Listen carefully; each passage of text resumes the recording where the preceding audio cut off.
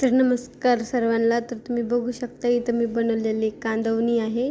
जर तुम्हाला भाजीमध्ये काहीच आवडत नसेल तर तुम्ही हे कांद्याची चटणी बनवू शकता। याला गावाकडे कांदवणी असे म्हणतात, जी घराघरामध्ये बनवली जाते गावाकडे भाकरीसोबत खायला। तर आज आपण बनवणार आहोत ही कांदवणी। तर त्यासाठी इथं मी मोठे कांदे घेतलेले आहेत, 4 सर्वात मोठे आहेत ते। त्याला आता आपल्याला बारीक बारीक चिरून घ्यायचे आहे, जसे मी हे चिरलेले आहे तसे। तर आता आपल्याला बनवायला घ्यायचे कांदवणी। त्यासाठी मी इथे घेतले अर्धा वाटी शेंगाचं कूट, अद्रक लसूण कोथिंबीरची पेस्ट, कढीपत्ता व चवीनुसार मसाले। तर आता आपण बनवायला घेऊया कांदवणी। तर इथं मी गॅसचा फ्लेम चालू करत आहे। यावर आपल्याला कढई ठेवायची आहे।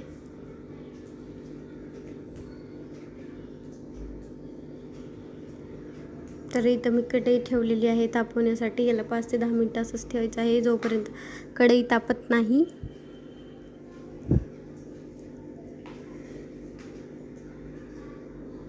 तर इथं बघू शकता तुम्ही कढई तापलेली आहे। आता आपल्याला यामध्ये घालायचं आहे तेल।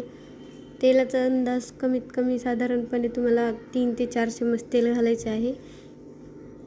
त्या अंदाजे मी 2 ते 3 चमच घातलेले आहे तेल। या तेलाला आपल्याला गरम द्यायचं आहे। तेल गरम झाल्यानंतर आपल्याला यामध्ये टाकायचं आहे 1 चमच जिरं, 1 चमच मोहरी। ही मोहरी आणि जिरं तडकल्यानंतर आपल्याला त्यामध्ये घालायचे आहे कढीपत्ता।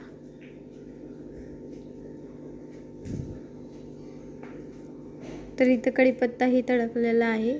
तर यामध्ये आपण घालूया कांदा। तेलामध्ये कांद्याला चांगलं भाजून घ्यायचं आहे, जोपर्यंत कांद्याचा रंग चेंज होत नाही।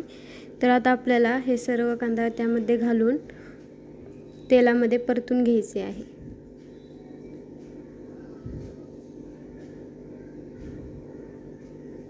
तर यानंतर यात मी मीठ घालत आहे थोडंसं, जेणेकरून मीठ घातलं तर ते कांदा लवकर शिजेल व त्याचा लवकर कलर बदलेल। मीठ घातल्यावर भाज्या लवकर शिजतात, त्यामुळे मी घातलं। इथं तुम्ही बघू शकता कांद्याचा रंग चेंज झालेला आहे।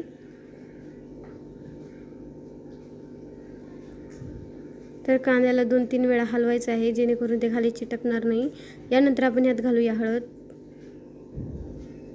इथे मी 2 चमचे हळद घातलेला आहे, अर्धे 2 चमच हळद घातलेले आहे। तर आता हळद आपल्याला यामध्ये मिक्स करून घ्यायची आहे।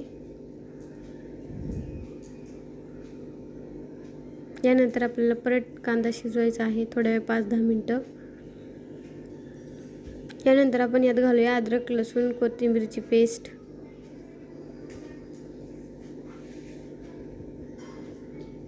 आता ही पेस्ट आपल्याला या कांद्यामध्ये परतून घ्यायची आहे, चांगली मिक्स करून घ्यायची आहे। यानंतर आपण यात घालूया 2 लाल चमच तिखट, 2 काळे चमच तिखट आणि थोडंसं अजून मीठ। पहिला आपण मीठ टाकलं होतं, त्यामुळे यावेळेस पण थोडंच टाकणार आहोत। त्यानंतर मी यात टाकलेला आहे गरम मसाला। ते झाल्यावर आता आपल्याला सर्व मिक्स करून घ्यायचे आहेत मसाले या कांद्यामध्ये। मसाले मिक्स झाल्यानंतर आपल्याला यावर 5 ते 10 मिनिटं झाकून ठेवायचं आहे। तुम्ही बघू शकता कांदवणी होण्यातच आले, फक्त अजून थोडंसं शिजवायचे। यानंतर मी अर्धा वाटी यामध्ये शेंगाचं कूट घातलेलं आहे। ती शेंगाचं कूट आपल्याला मिक्स करून घ्यायची आहे। तर आपली कांदवणी तयारच आहे। तर यावर आपण आता कोथिंबीर टाकून घेऊया व गरमागरम कांदवणी खाऊया। जर तुम्हाला तर तुम्ही बघू शकता हे कांदवणी आपली झणझणीत व तिखट दिसत आहे, खाण्यासाठी चांगली दिसत आहे। तर माझी इथं कांदवणी तयार झालेली आहे। जर तुम्हाला माझी रेसिपी आवडली असेल तर लाईक करा, शेअर करा व माझ्या चॅनलला सबस्क्राईब करा।